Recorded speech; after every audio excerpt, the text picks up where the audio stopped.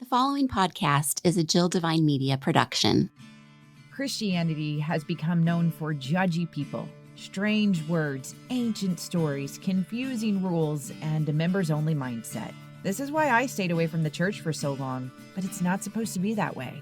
I'm Jill Devine, a former radio personality with 3 tattoos, a love for a good tequila, and who's never read the entire Bible. Yet here I am hosting a podcast about faith. The Normal Goes a Long Way podcast is your home for real conversations with real people using real language about how faith and real life intersect. Welcome to the conversation.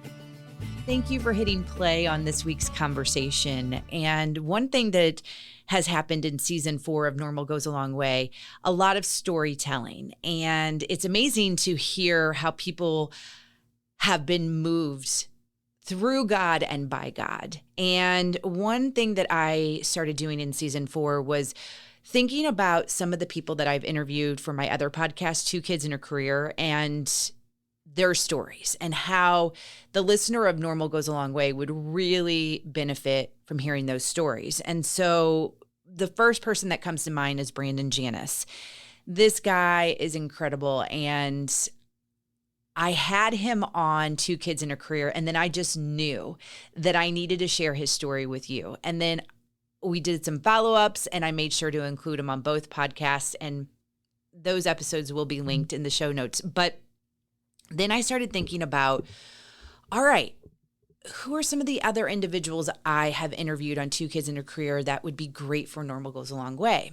And it hit me. A lot of churches across the country, and even the church that I attend and work at, Messiah St. Charles, they're going on mission trips. And it could be Uganda, Guatemala, Poland.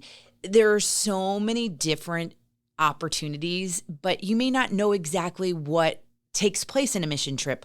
Or maybe you have these preconceived ideas of what a mission trip is. And so I had interviewed Andy Wiggins and Todd Larkin. They are the co-founders of Hearts and Hope for Uganda. And the conversation was really, really cool. They answered a lot of questions that I had that maybe you have about mission trips, about helping others in different countries. So our original conversation took place on October 27th, 2021, but everything that we talked about still applies to today. And they recently just had a team come back from Uganda, and a lot of first timers, and just hearing their experiences, it just makes me so excited to one day go on a mission trip. So I am introducing you now to Andy and Todd and the conversation that we had on 2 Kids in a Career, but you're going to hear it now on Normal Goes a Long Way. This is an episode where I feel very prepared, but yet not prepared at all. And it has to do with an amazing organization that I've known about for a while, but have just started digging in. And it's Hearts and Hope for Uganda. So I have the founders of this organization on the podcast. Let me first introduce Andy Wiggins and Todd Larkin to the podcast. Thanks for coming on, guys. Thanks for having us. Yeah, absolutely. Thank you. So we have obviously talked behind the scenes, and I know some of the story about what has led you guys to Hearts and Hope, but I want to give a little bit of a background that I attend Messiah Lutheran in a suburb of St. Louis, and so do you two.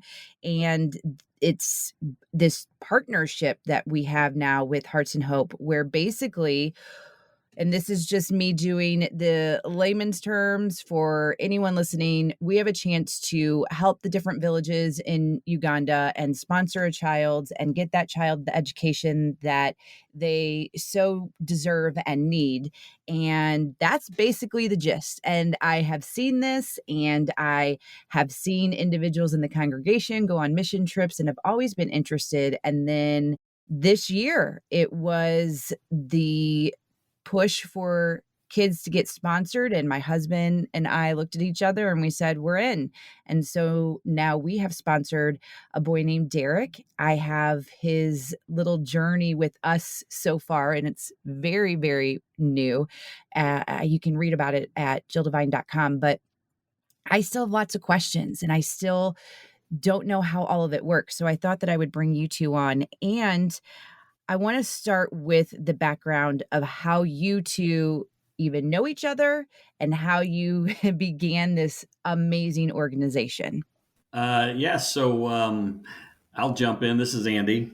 Todd and I have known each other, for years. Probably knew each other longer than I'd say we were really, friends, and that's because we know each other more from high school. But our wives, grew up as best friends all the way back to Todd. I think it was middle school. Is that right? Yeah, correct. Like Yeah. 11, 12 years old, something like that. Yeah, and so Todd's probably been friends and known my wife longer than me, and just later in life, of course, because of our wives, we've spent a lot of time together, became good friends, and that was what eventually even kind of led us to the attending the same church, because our kids are also both the same age. So that's a little bit of the background. Kind of throw it to Todd to maybe fill in any other details. Yeah. So to Andy's point, both of our kids are same age. Both are his oldest and our youngest. They're both we both have two kids, and so our oldest kids are the same age, and our youngest kids are the same age as well. And we started our oldest started attending Messiah, and our kids just absolutely loved it, and ended up attending.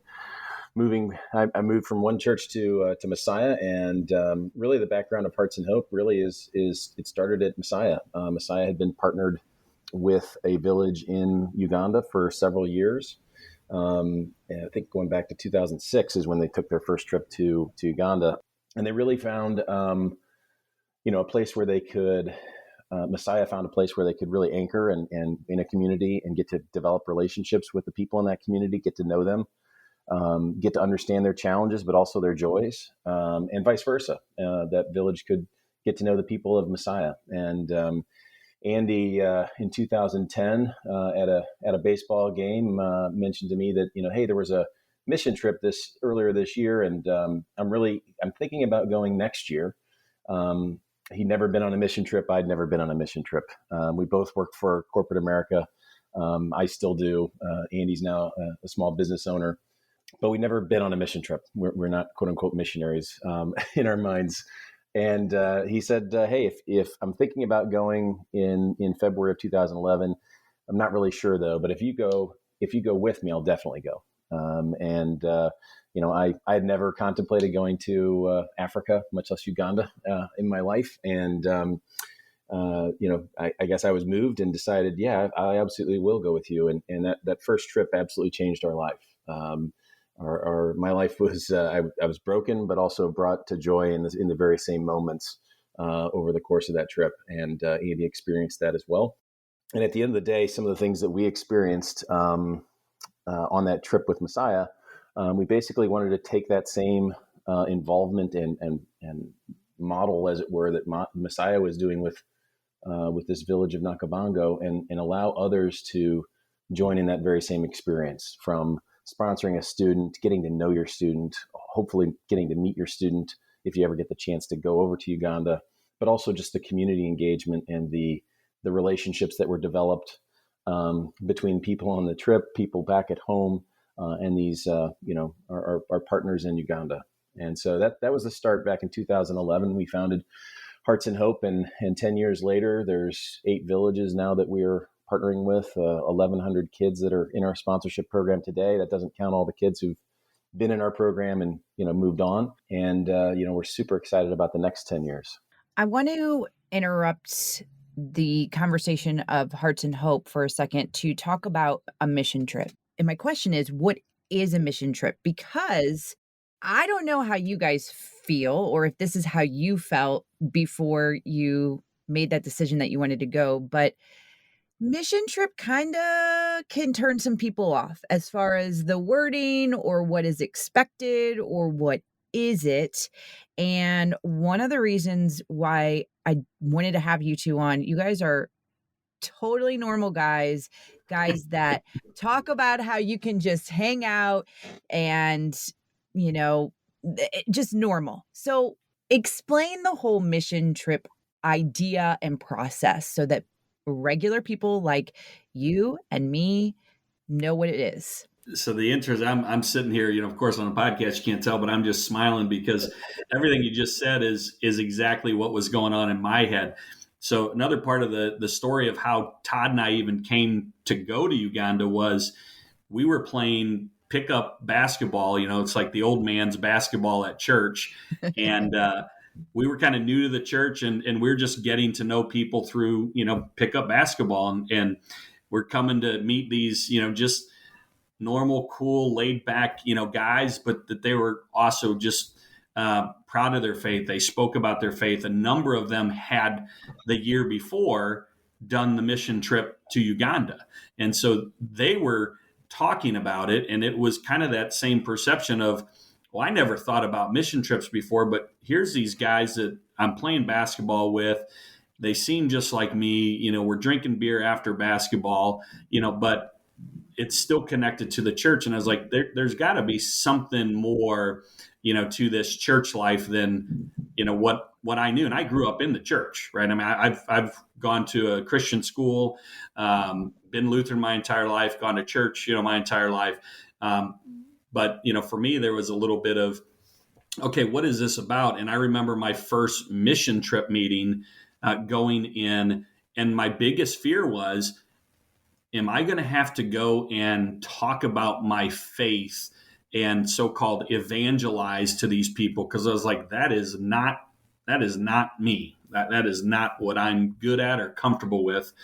And I remember Pastor Chuck, he was like, absolutely not. You just show up and you just love on some kids. Mm-hmm.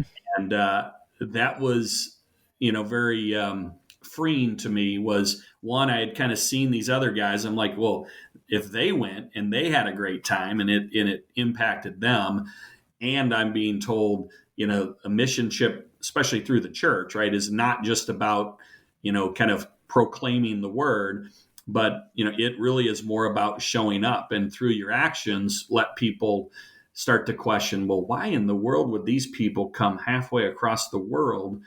And it's almost like indirectly people start to realize, oh, well, they have a faith in somebody that cares deeply about us and them, and it's a game changer, right? And so it isn't at all what I thought. I'm sure Todd, can build on that too. Yeah, and I, when Andy asked me to go with him, I said similar concept. I was like, well, who am I? I'm I'm a broken sinner. I'm not an evangelist. I probably, in any given situation, point to my favorite Bible passage. But I would say that, I was, for me, it was like, well, mission trips. Okay, well, I like doing projects, and I'm handy, and I can go over to Uganda and help these folks and, help construct or do a project or something like that. And that was my focus and my desire. But again, certainly, apprehensive about what does it mean to be on a mission trip. And at the end of the day, what Andy described is 100% accurate. And to the point where, we try not to do projects. We don't like to have, Americans flying over to a third world country and providing quote unquote free labor that, the local community or, the locals could do themselves as well as get paid to do that work. We really, the focus and it, my eyes were open wide on that first trip is come and meet and interact and engage with this community and these people who are your brothers and sisters in Christ. And they have a joy in them, and it's rooted in faith. Go experience that with them and just understand them and learn about their culture and ask questions and get a better appreciation for the challenges that they face, but also the joy and the benefits and the assets that they bring. That is it's strange to think about, but so often in this world here in America, but also in Uganda, people pass by each other and, are busy in their daily tasks that they're going after. And when you get the opportunity to go on a mission trip, it's really an opportunity to slow down and to engage with someone without the pressures of the modern world, My wife on her first mission trip made the comment of, how many times am I at home in America and have an opportunity to just pause and interact in a really deep and profound way with someone. And even if it's someone I'm just now meeting, it's such a unique experience that doesn't always happen, in today's society. And I would have to think too that after you come back from Uganda, or even when you're in Uganda, your appreciation for what you have here has to just magnify. Absolutely. But there's also, and that I will tell you that, some of the guidance that our pastor Chuck gave us, and we were fortunate enough that he was on that trip with us. He said, when you come back and your kids, at that time our kids were 9 and 6, they're going to ask you for this video game or take me out to dinner or give me this toy. And he said, don't put what you've experienced onto them. Don't put that on them. Understand that they haven't seen what you've seen. They haven't experienced what you've experienced. And so, approach that with grace. So that was, and it was difficult. It was extremely difficult. I don't know, Andy, if you had similar experiences with your family or kids when they haven't experienced that, and you immediately get off the plane, you're jet lagged, and it's a completely different world. Yeah, I think, certainly when you go over there, and now obviously, Todd and I, 10 years in, I mean, we've gone over, more than 10 times, each, right? Just about every year, sometimes twice a year. Every time it's a bit of a reset, because you do get over there and you realize just how fortunate, we are. And when I even say we, it's not just we, meaning, Todd and I and our families. I mean, it's everybody in the U.S. And that's sometimes the tricky part is you come back and you got to be careful that you don't come back all self-righteous, and Chuck's been great. He's like, look, nobody that goes over there, is expected to come back and sell everything so that they can serve the poor. But what he really looks for, and what we get great enjoyment out of now as an organization, is introducing people to these people in Uganda and seeing the fire ignited in them to try to make a difference, whatever that difference is, right? And for some people, it might mean writing a $100,000 check and saying, I'll build a brand new school. For other people, it might be as simple as, I'm going to donate to the, food program because we've got, kids that, were struggling during the pandemic. And then obviously for a lot of people, the way they get deeply connected is through sponsoring a kid. And so, going over there, it's heart-wrenching and it's great at the same time. But,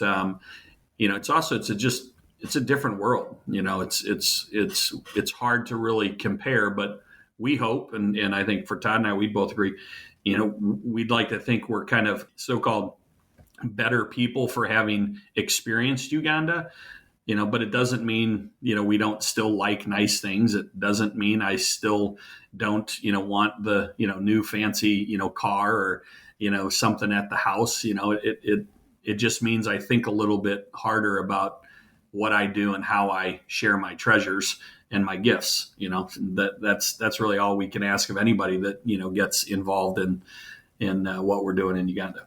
So you mentioned one of the key components of your organization, which is sponsoring a child, and not necessarily a child. You could say a young man or even a young woman. And I know from what I've experienced at our church that it is a direct situation, meaning I know that the person we decide to sponsor is going to hear from me, is going to hear from my family. I don't think that's the case in a lot of situations. And I believe me when I say any organization that wants to help out in situations like this is amazing. It really truly is. Obviously, we can't, argue that. But there is, going back to the whole idea of a mission trip and what we have assumptions about it being, there's some of that too when you're watching TV and you see some of these commercials come on. And I think that people have just been burned a lot, and they're very cautious, and they want to make sure, hey, what I'm trying to help and do, I really want to help and do. And so I hope that makes sense as to why I want to talk to you about the specifics of the kiddos that are getting sponsored.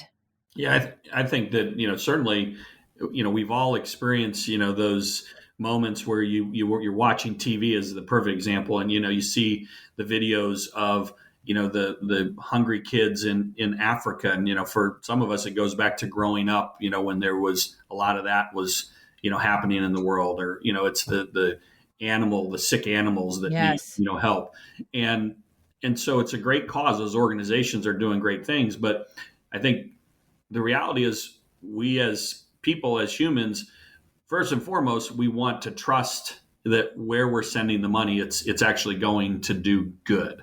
And so I think for us at Hearts and Hope, one, we're still small, and two, most of the people that we're working with and that are involved, know somebody that has literally gone to Uganda and, seen firsthand the difference that we're making. And whether it's meeting your own kid, or a lot of people go over now and they're meeting their kids, but they're also meeting their neighbors' kids and their friends' kids. So there's something about just working, I think, with a small nonprofit that the people that are kind of running it, working in it, involved, have been over, that makes a big difference. And then I think that last part is, I think people also just want to know that the dollars I'm investing are making a difference. And sometimes it's difficult. I mean, we do lots of big projects, right? But sometimes it's difficult, if you're trying to raise $100,000, to build a new school, for somebody to feel like, their $300, donation is really making a difference, right? Because if you break it down, it's kind of like, all right, well, I probably just bought, a couple bricks, right, to oversimplify. But then you look at what the sponsorship program does for roughly $300, and it's changing a life. And that's why most of the people that are involved with us, it starts with that, because there is, one, a knowledge and trust that I'm making a difference. And it's because I know this child. I'm communicating with this child. They're real. They're connected to me, only connected to me. And then a lot of people evolve from that to, well, what else can I do? How can I help their school? Oh, the school needs something else. Well, I'll donate, because it's now personal, right? I'm trying to help, my kid, and I'm willing to pitch in to make his school better, or make her community, a little bit better. And one of the aspects of, I'll say core foundational elements of Hearts and Hope is on that first trip, I had just started sponsoring a little girl. Her name's Patience, in the village of Nakabongo. And on our visit to that village, unfortunately, I didn't get a chance to meet Patience that first trip. Fortunately, I've been blessed to be able to go back and then meet her and interact with her in a much more involved way. But on that first trip, Andy and his wife Shay had been sponsoring this girl Madeline, and for 2 years, I believe. And she was actually going to a school that was not in Nakabongo. She was boarding at a different school.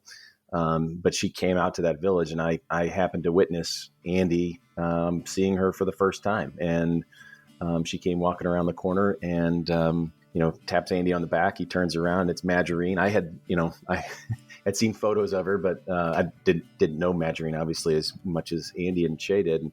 And just the joy on Andy's face, on Margarine's face, the relationship that had been developed over those 2 years, just exchanging letters, and then finally meeting her in person.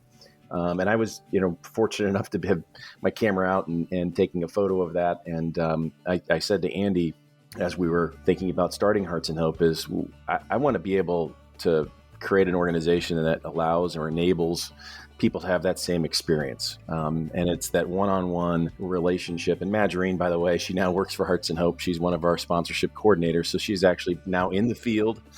She's got her degree in social work, and she's in the field helping kids that used to be just like her, and helping them get to the opportunity that she was blessed to have. So, that's core to us is it's deeply personal, and either you can go visit your child, or if you do go and you have friends who connected you to Hearts and Hope, our hope is that you would also be there to represent your neighbors and your friends who are also sponsoring a student, and be their representative to that child, and let them know that I know this person who's sponsoring you, and that you're building this relationship with.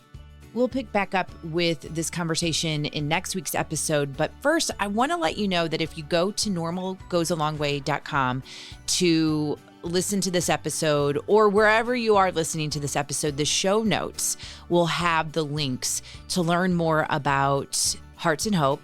It will also give you more information on how you can help sponsor a child, and also to make a donation. So every single August, they have a huge event called Party with the Purpose. And it always sells out, and individuals always are looking for ways to donate and contribute if they can't attend the event in person. And so I have the link at the show notes, or on the show notes, I should say, at normalgoesalongway.com, or wherever you're listening. So you can just easily click it and make a donation.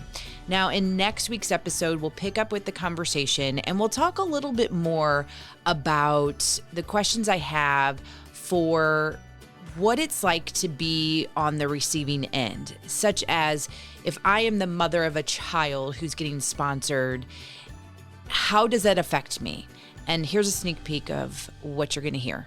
I will say most parents that are, come into the program view it as a blessing, and are, excited to be a part of it, not only just from the paying of their school fees, but also because they now have someone, across the world who's investing in their family's life, and, they building that relationship. So I would say it's always a challenging question. That's a challenging situation to be in, but ultimately it's a blessing.